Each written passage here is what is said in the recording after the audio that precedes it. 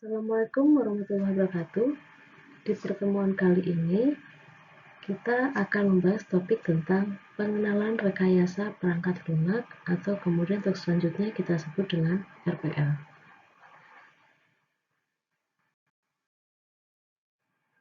Pengenalan tentang RPL kita awali dengan definisi dari apa sih RPL itu.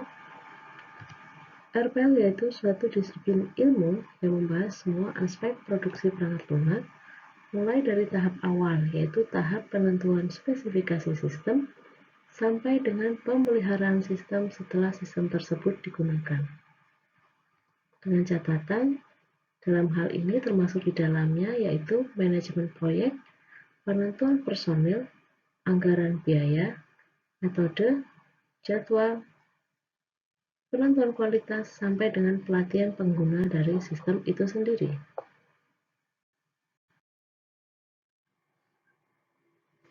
Pengembangan dari RPL sendiri bertujuan untuk yang pertama yaitu meningkatkan kinerja dari suatu unit kerja. Harapannya, dengan dikembangkannya suatu perangkat lunak, maka kinerja dari unit tersebut dapat ditingkatkan. Tujuan yang kedua yaitu untuk meminimalkan faktor biaya produksi atau biaya proses yang harus dikeluarkan oleh unit kerja tersebut.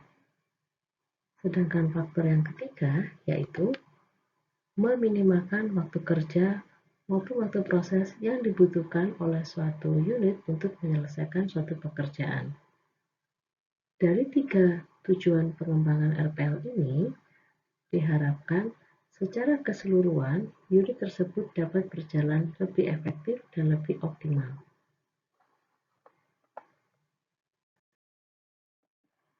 Yang menjadi cakupan atau ruang lingkup bahasan RPL sendiri cukup luas, mulai dari analisa kebutuhan sistem atau software requirement, pengembangan desain sistem atau software design, pengembangan software itu sendiri, uji software, perawatan software,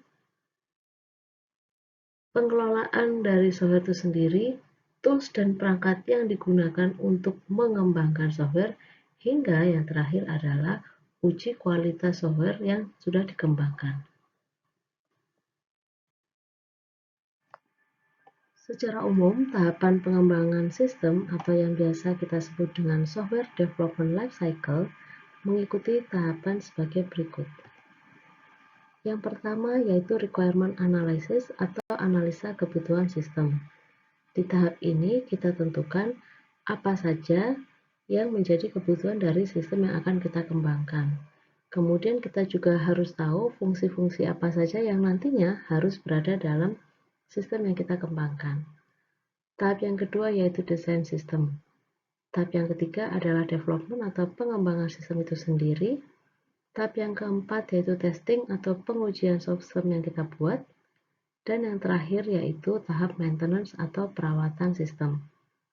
Model yang semacam ini berurutan dari atas hingga bawah kita sebut dengan waterfall model. Kekurangan dari model ini, apabila terjadi kekurangan atau kesalahan di tahap-tahap awal, maka proses yang selanjutnya pun tidak bisa sempurna. Kenapa? Karena pengembangan software yang mengikuti model semacam ini tidak bisa kembali ke tahapan sebelumnya. Dan tahapan selanjutnya hanya bisa dikerjakan apabila tahapan yang sebelumnya telah selesai dilaksanakan.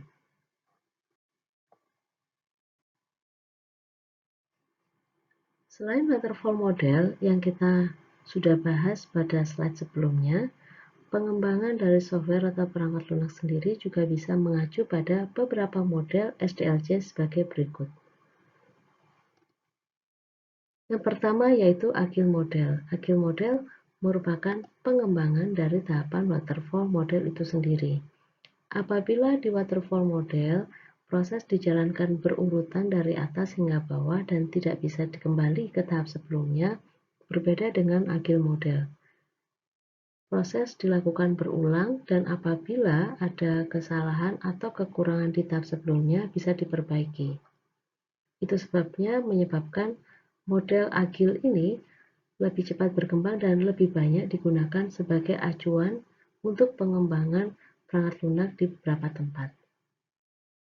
Selain Agile Model, ada juga Scrum Model yang mengikuti tahapan sebagai berikut. Selain model klasik Waterfall Model, Agile Model dan Scrum Model, ada juga model SDLC lainnya, yaitu Prototyping Model, Rapid Application Development atau yang biasa kita sebut dengan RAD Model,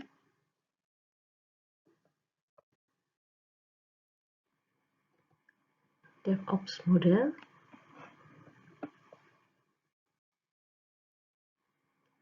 hingga Spiral Model yang membagi tahapan pengembangan perangkat lunak menjadi 4 kuadran besar. Cukup sekian untuk topik pengenalan RPL kali ini.